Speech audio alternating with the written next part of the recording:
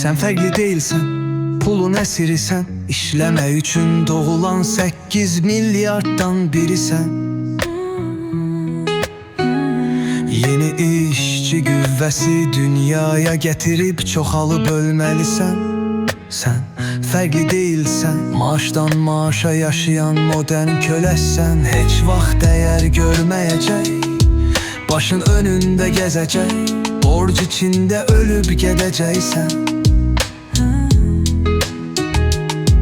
Amma qorxma, varlılar qoymaz sən, acından öləsən. Sən fərqli deyilsən, fərqli deyilsən.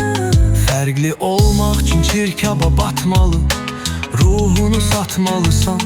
İnsanları əzib yüksəlməli, vicdansız olmalısan. Sən artıq fərqlisən, Artıq fərqlisən, sən artıq fərqlisən. fərqlisən. Qibtə edilən, barmaqla göstərilən o şəxsənsən. Hər kəsin olmaq istədiyi birisən. Sən artıq fərqlisən, sən artıq fərqlisən.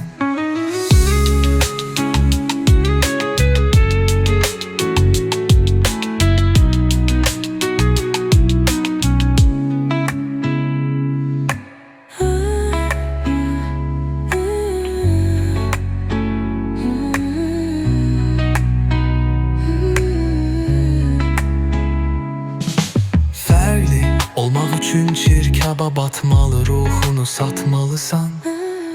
İnsanları əzib yüksəlməli, vicdansız olmalısan. Sən artıq fərqlisən, Artıq fərqlisən, qibtə edilən, artıq fərqlisən. barmaqla göstərilən o şəxsənsən.